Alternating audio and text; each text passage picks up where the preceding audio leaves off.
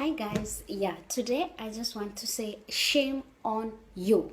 Shame on you guys, shame on your family, shame on your friends that are really taking it for granted that we're here in Europe and that we have everything in order and that you can misuse us back in Kenya or back in Africa or back in wherever you are.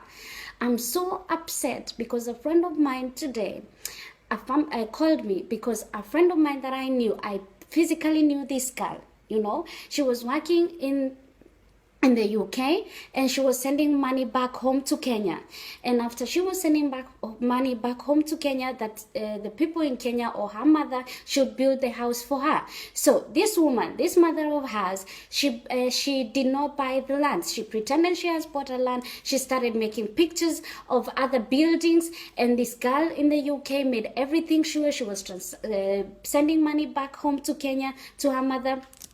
And the worst thing is that this is the mother doing this to her. So she was thinking everything is okay. I want to close everything back in the UK, and I want to go back home to Kenya and just live my life. Unfortunately, she lands in Kenya, and imagine what the mother has been eating that money with a small boy, with a boy old enough to be the grandson, and now this girl went mad. She went absolutely insane.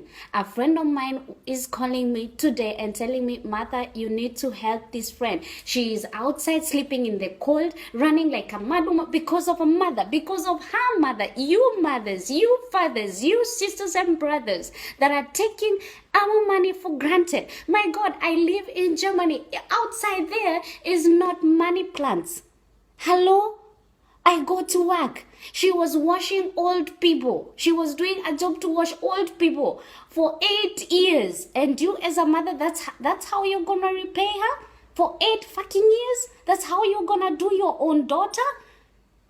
I'm shame on you. I'm so ashamed. I'm so ashamed that we have such people in the world. And I cannot believe that they are mothers, they are brothers, they are our sisters, they are our friends, and they're taking us for granted.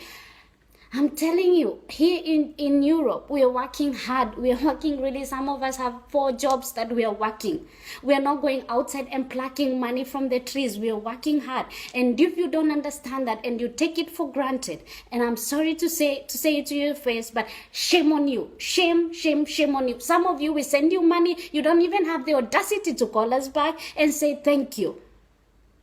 We call you to even ask you, have you received the money? And then the next time you call us is when the money goes out. You don't even call us, you beep us like somebody has died in Kenya. I'm really upset. I'm really sad if this is the kind of family we have, if these are the kind of friends that we have. And as well, to people living in Europe or wherever you're living, if you have money enough to buy property in Kenya or to buy land and to start building, for crying out loud, you have money to also pay for a ticket. Be intelligent, wise up. How can you send somebody millions of Kenya shillings and you don't want to know what it's being spent for, and from pictures you trust everything? Go there, buy the land for yourself. Get a contractor, make a what are they called? Make an agreement with him. Send him small by small money, and be going there regularly. But don't tell me that somebody is gonna send you pictures of places and then you're just trusting it. No, it's not like that. They are using you sometimes. Sometimes you have good ones. And I'm saying this because I have a brother who really takes care of me. I can send him millions and I wouldn't lose sleep. I have an uncle of mine who built the houses for me, and I never, ever asked him what he did with the money, because I was sure 100% he's using the money like the way it's supposed to.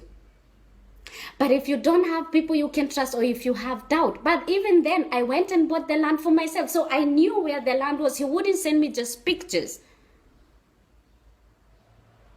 Don't be naive. And you people back in Africa, back in USA, back in Australia, back in wherever places you are, and you're thinking, okay, we've got a machine to eat money out of, and I'm telling you, shame on you, shame on you. And it's high time, it's really high time we as well, people from here, we start realizing only us can build ourselves. Only you're working for 8 years watching old people. Some of us have old men here that we have in the house. You cannot even hold his hands, but you are surviving. You're in survival mode to survive here, to go back to Kenya and live a good life. Some of us here are working jobs, washing the toilets, washing old people that have feces all over their head, but you're doing it, working for these people. Some children, they're insulting you for years.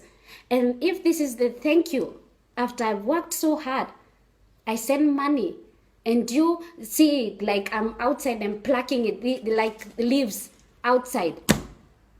Hello, shame on you, and may God see you. May God see you and punish you. And to my friend, I will be coming and I will help you as much as I can. But this is a message to people.